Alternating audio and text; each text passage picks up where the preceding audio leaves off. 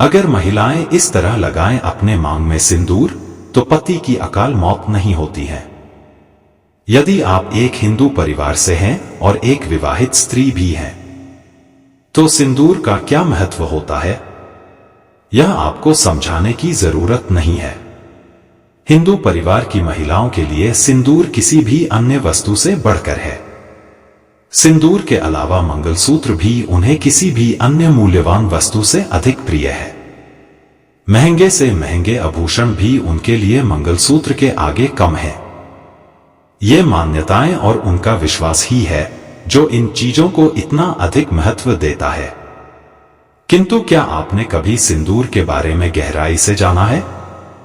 उसका इतना महत्व क्यों है और उसका प्रयोग विवाहित महिलाओं के लिए इतना आवश्यक क्यों है? इन सभी सवालों का जवाब ही सिंदूर को महत्वपूर्ण बनाता है। यह तो सभी जानते हैं कि हिंदू महिलाओं के लिए सिंदूर सुहाग की निशानी होती है। इसे वह अपने पति की खुशी से जोड़ती हैं। विवाहित होकर भी सिंदूर ना लगाना अशुभ माना जाता है। सिंदूर उस महिला के लिए रिवाज और मान्यताओं के नाम पर भी जरूरी हो जाता है। किंतु आज हमारा सामना कुछ ऐसे तथ्यों से हुआ है जो कहते हैं सिंदूर क्यों और कैसे लगाया जाए, यह ध्यान देने योग्य बात है।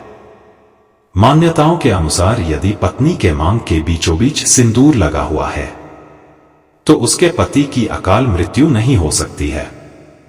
माना जाता है कि यह सिंदूर उसके पति को संकट से बचाता है। एक अन्य मान्यता के अनुसार जो स्त्री अपने मांग के सिंदूर को बालों में छिपा लेती है, उसका पति समाज में भी छिप जाता है। उसके पति को सम्मान दरकिनार कर देता है। इसलिए यह कहा जाता है कि सिंदूर लंबा और ऐसे लगाएं कि सभी को दिखे।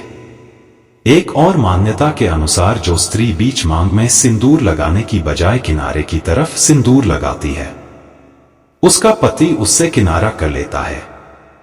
इन पति पत्नी के आपसी रिश्तों में मतभेद ही बना रहता है। शायद इस मान्यता से आप पहले ही परिचित हो चुके होंगे, जिसके अनुसार यदि स्त्री के बीच मांग में सिंदूर भरा है और सिंदूर भी काफी लंबा लगाती है, तो उसके पति की आयु लंबी होती है। इस वजह से सुग्रीव ने बाली से काफी मार खाई और किसी तरह अपनी जान बचाते हुए वह श्री राम के पास पहुंचा और यह सवाल किया कि उन्होंने बाली को क्यों नहीं मारा। जिस पर श्री राम ने कहा कि तुम्हारी और बाली की शक्ल एक सी है, इसलिए मैं भ्रमित हो गया और वार ना कर सका। किंतु यह पूरी सच्चाई नहीं है, क्योंकि भगवान श्री राम किसी को पहचान ना सके, ऐसा नहीं हो सकता। उनकी दृष्टि से कोई नहीं बच सकता।